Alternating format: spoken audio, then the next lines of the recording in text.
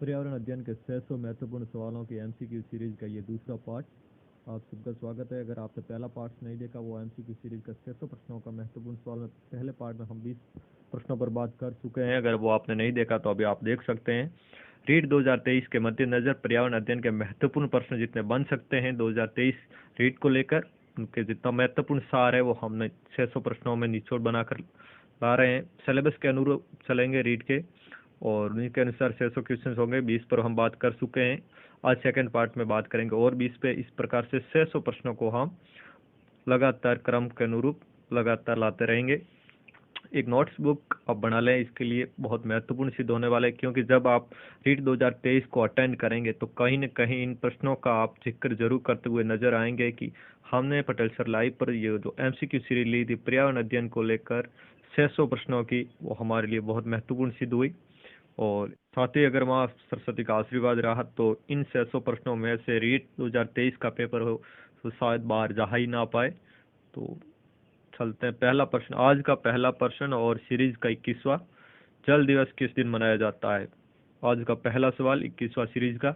जल दिवस किस दिन मनाया जाता है? तो इसका आंसर होगा डी, राइट होगा। 22 मार्च को रीट 2021 में ये पूछा गया सवाल। 22 मार्च, जल दिवस 22 मार्च को मनाया जाता है। 21वें सवाल। अगले सवाल की ओर चलते हैं। अंतर्राष्ट्रीय जैव विविधता दिवस कब मनाया जाता है? अंतर्राष्ट्रीय जैव विविधता दिवस, ऑप्शन नंबर इसका बी है जो राइट होगा। रीट 2021 का पूछा गया सवाल है। बहुत महत्वपूर्ण सवाल जो पिछले एग्जामों में पूछे जा चुके हैं या उसके सिलेबस के अनुरूप होंगे। रीट का जो सिलेबस होगा उसके अनुरूप चलेंगे। चलो जी, तो 22 मई हो गया इसका जैव अंतर्राष्ट्रीय विविधता दिवस। और सौर परिवार का सबसे छोटा ग्रह, सौर परिवार का सबसे छोटा ग्रह होगा अपने बुध होगा। और अगर सबसे बड़ा का पूछेगा तो होगा बृहस्पति। ठीक है, बृहस्पति सबसे छोटा। और अगर सौर परिवार पिछली बार इस बार सिलेबस में नया जुड़ा गया है 2021 की रीट से पहले, तो इसको थोड़ा विस्तृत अध्ययन जरूर कर लेना चाहिए। एमसीक्यू सीरीज में हम जितना हो सकेगा सौर परिवार के जितने भी बनते हैं क्वेश्चंस वो डालते रहेंगे, लेकिन फिर भी आपको अपने नई कोई गाइड खरीद रखी है आपने तो उनमें जरूर देखना चाहिए। बाकी एमसीक्यू सीरीज में हम इस पर लगातार प्रश्न डालते रहेंगे। अगले सवाल पर चलते हैं। भारत में वन्य जीव संरक्षण अधिनियम कब लागू हुआ? 24वां सवाल आज का। भारत में वन्य जीव संरक्षण अधिनियम कब लागू हुआ? Animal protection act. तो यह 1972 में लागू हुआ था। ऑप्शन नंबर बी है इसका राइट हो जाएगा। अगला सवाल। पर्यावरण जैविक घटक, घटक है वो पर्यावरण के दो प्रकार के होते हैं, जैविक और अजैविक। ठीक है, जैविक में होंगे सजीव और अजैविक में होंगे निर्जीव। ठीक है, जो जैविक में है तो सजीव है तो इसमें सीधे जैविक का पूछा है तो पौधे राइट होगा इसका आंसर। बाकी है जो सब अजैविक में आते हैं जो निर्जीव है, ऑप्शन गलत होंगे। ठीक है, तो 26वें सवाल की ओर चलते हैं। अफीम किससे पैदा होती है? 2021 की रीट में पूछा गया सवाल। पैरा और सोनीफेरा में इससे जो अफीम है वो पैदा होती है। तो ऑप्शन नंबर बी इसका राइट होगा। पर्यावरण अध्ययन लेवल फर्स्ट में ये पूछा गया सवाल। अगला, भारत में राष्ट्रीय जलीय जीव, राष्ट्रीय जलीय जीव है जो कौन सा है आपको बताना है। तो इस सवाल का आंसर है वो ए होगा, डॉल्फिन होगा। 18 मई को डॉल्फिन दिवस मनाया जाता है। और राकेश सिन्हा है वो डॉल्फिन मैन के नाम से भी प्रसिद्ध है।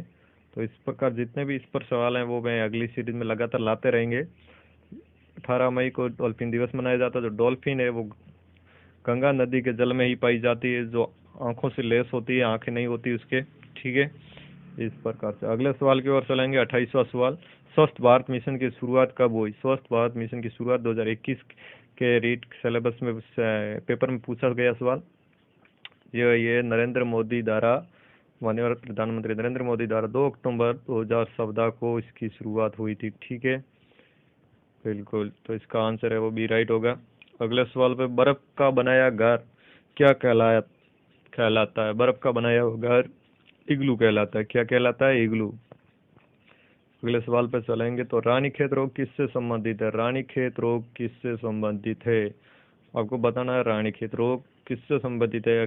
रीट 2021 में पूछा गया सवाल। मछलियों से, मधुमक्खियों से, सुअरों से या फिर मुर्गियों से। तो ये आंसर है इसका सी राइट होगा, मुर्गियों से। कई बार ये सवाल पूछा जा चुका है, अलग अलग सीटेट वगैरह अलग अलग, और रीट 2021 में भी ये लेवल फर्स्ट में पूछा गया सवाल। ठीक है, अगले सवाल। आज 10 सवाल हो गए। अगले सवाल पे चलते हैं। भारत में रेडियो प्रसारण की शुरुआत। भारत में रेडियो प्रसारण की शुरुआत कब हुई? तो 1927 में हुई थी रेडियो प्रसारण की शुरुआत। 1927 में इसकी शुरुआत हुई और 2021 के रीट L1 में ये पूछा गया सवाल। अगले सवाल पे चलते हैं। विटामिन ए की कमी से होने वाला रोग। विटामिन ए की कमी से जो ऑप्शंस दिए गए हैं उस पर देखते हैं। स्कर्वी विटामिन सी की कमी से होता है। बेरी रोग है वो विटामिन बी की कमी से होता है।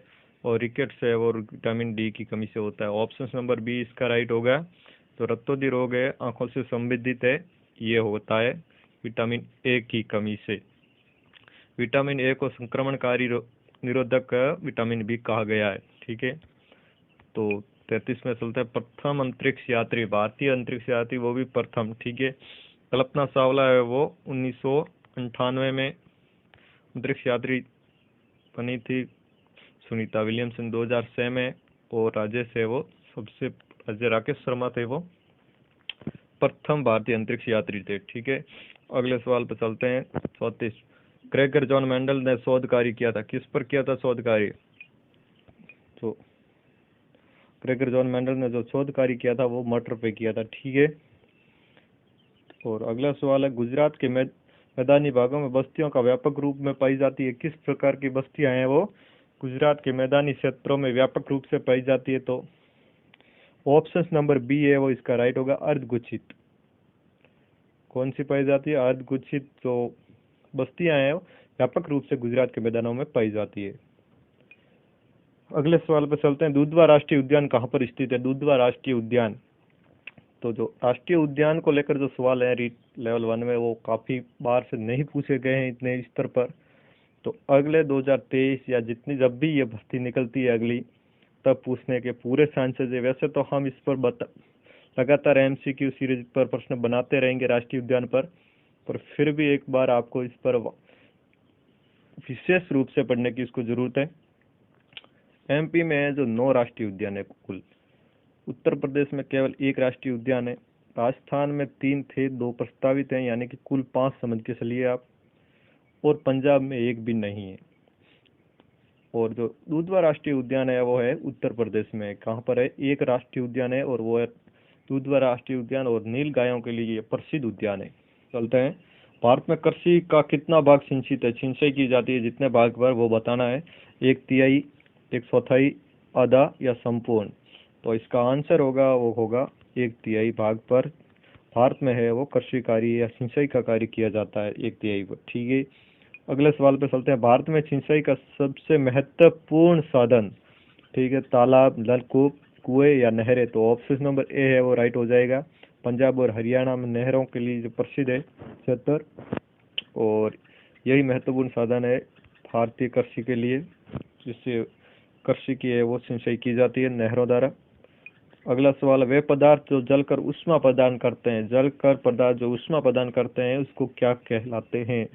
ठीक है, ऑप्शन नंबर 1 कोयला, ऑप्शन नंबर कोयला, ज्वालक, उष्मादायक या ईंधन?